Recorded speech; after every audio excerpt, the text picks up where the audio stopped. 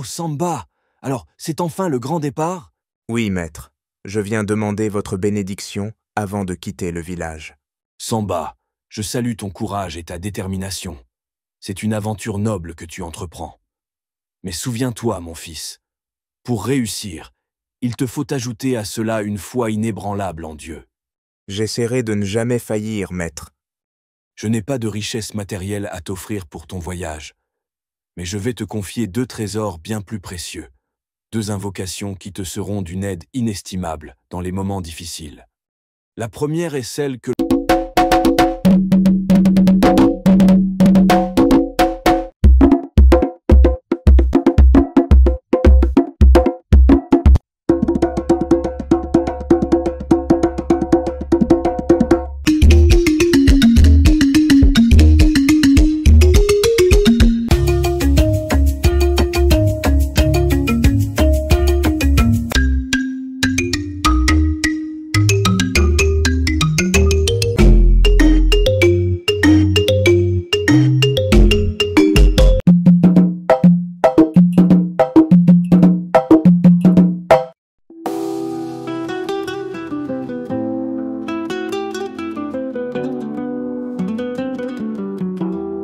Samba, mon fils, ton père vient à peine de nous quitter. Et toi, tu veux déjà partir? Tu es encore si jeune. Je ne pourrais supporter d'être à nouveau seul, surtout maintenant. Tu veux partir, je le sais. Mais comment comptes-tu voyager? Nous n'avons que peu de moyens. Sans monture, sans argent, comment pourras-tu affronter ce monde si vaste? Ces caravanes qui traversent les terres lointaines, tu devras les suivre si tu veux aller loin et revenir sain et sauf. Et dans mon état de veuvage, je ne peux que prier pour ton bien, en restant ici seul avec mes pensées et les traditions qui m'enchaînent. Maman, je comprends tes inquiétudes. Mais je ne peux pas rester ici, à regarder le temps passer sans agir. Mon père, comme tous les hommes du village, a travaillé sans relâche toute sa vie. Et pourtant, il n'a jamais eu plus que le strict nécessaire. Je refuse de suivre ce même chemin. Si je pars, c'est pour changer notre destinée, pour qu'un jour, nous ne manquions de rien. Et je sais que tu portes encore le deuil, que cette période est difficile pour toi. Mais je te promets que je reviendrai, et avec moi, une vie meilleure. Je te comprends, mon fils. Si c'est vraiment ce que tu désires, alors je n'ai pas le droit de te retenir. Je vais vendre la seule vache et les quelques chèvres que ton père nous a laissées avant de mourir. Ce n'est pas grand-chose, mais avec cela, tu pourras te préparer pour ton voyage. Quant à moi, je me contenterai de cultiver le potager en attendant ton retour. Merci, maman. Je sais combien cette décision te coûte. Mais je te promets, je ne pars pas pour fuir. Je pars pour revenir avec des moyens, pour que nous puissions enfin vivre mieux. Je te fais confiance, mon fils. Que Dieu veille sur toi. Que cette terre soit douce avec toi et que tu reviennes sain et sauf. Amen, maman. Je reviendrai, je te le promets. À cette époque, les moyens de transport étaient rudimentaires. Il n'existait ni voiture, ni train, ni avion. Pour voyager, il fallait soit marcher à pied, soit utiliser des chevaux, des chameaux ou des dromadaires. Les routes, si elles existaient, n'étaient que des pistes poussiéreuses, souvent dangereuses et incertaines.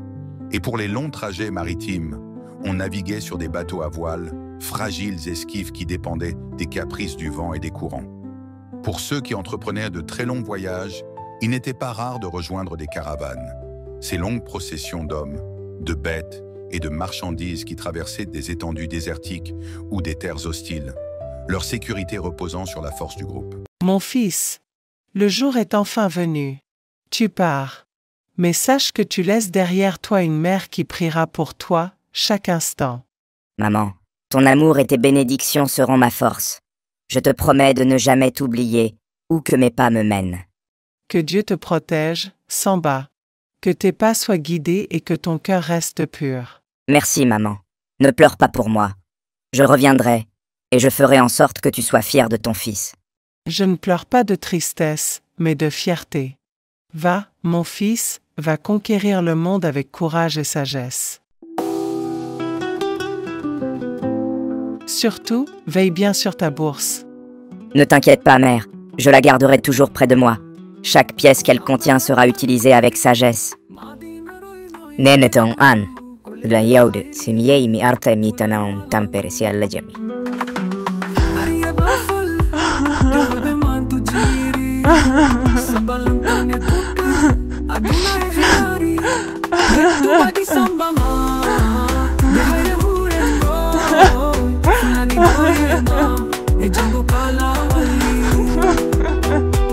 Le départ de Samba fut empreint d'émotion.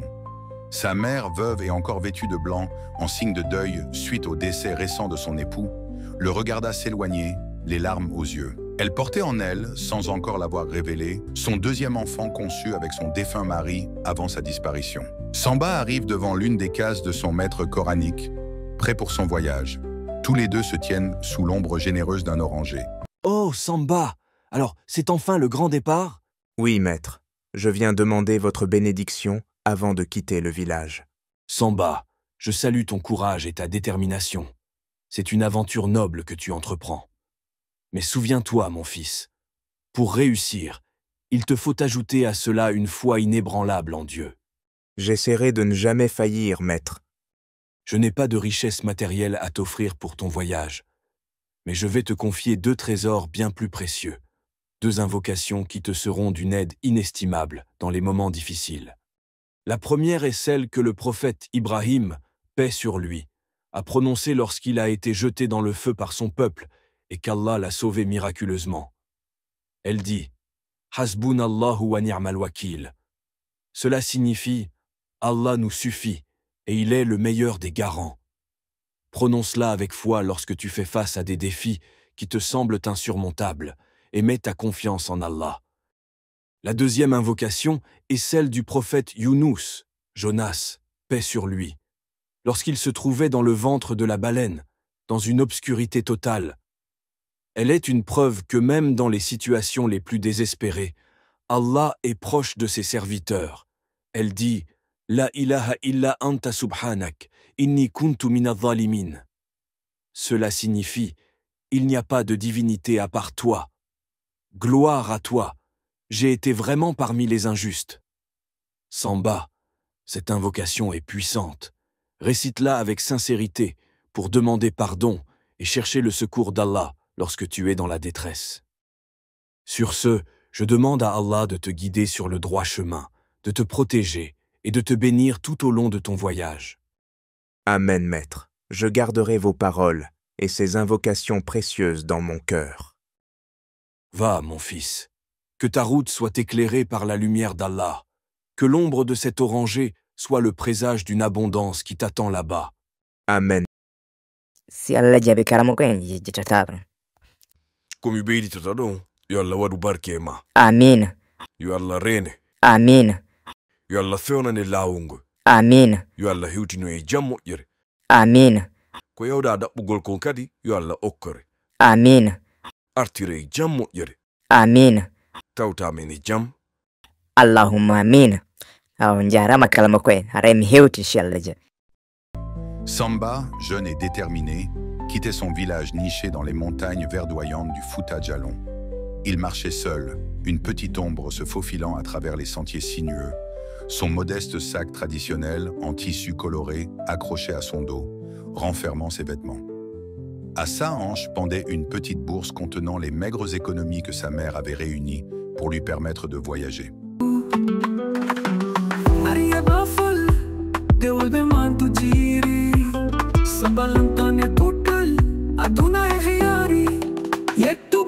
Son premier objectif était clair, atteindre le plus grand marché hebdomadaire de la région, un lieu de rencontre et d'échange où convergeaient commerçants, voyageurs et caravaniers.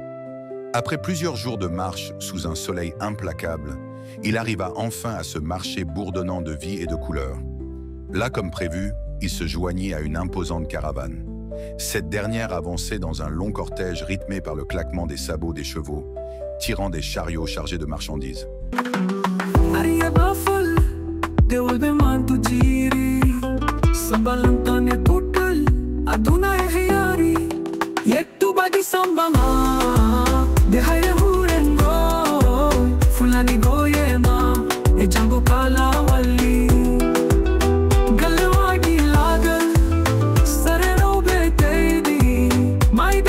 Good time.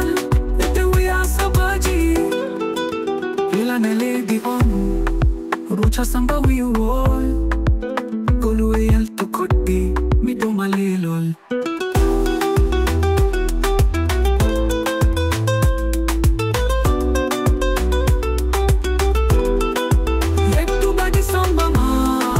Après plusieurs mois de voyage, passant d'une caravane à une autre et traversant diverses villes, Samba arriva enfin dans un ancien royaume du Maghreb.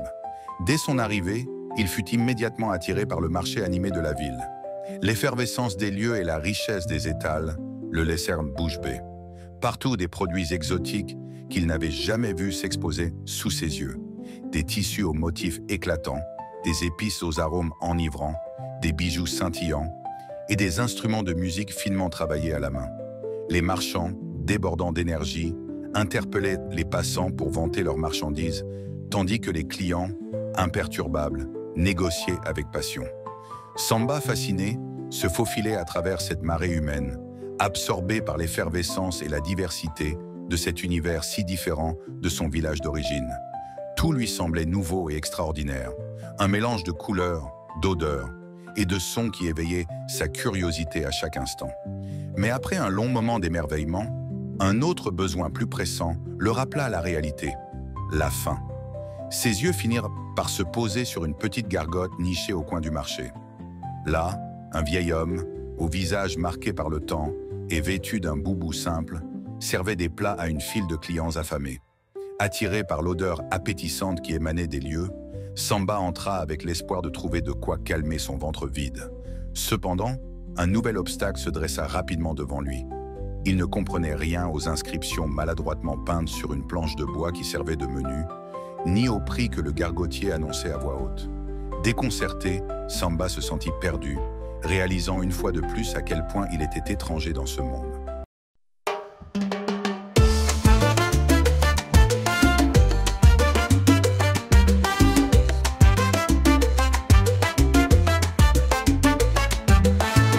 Des histoires vibrantes, nos cultures en couleur, l'âme de notre continent dans chaque séquence. Sur Sabahidou TV, l'Afrique rayonne, des récits animés qui touchent nos cœurs. Des récits envoûtants, nos racines, nos chants.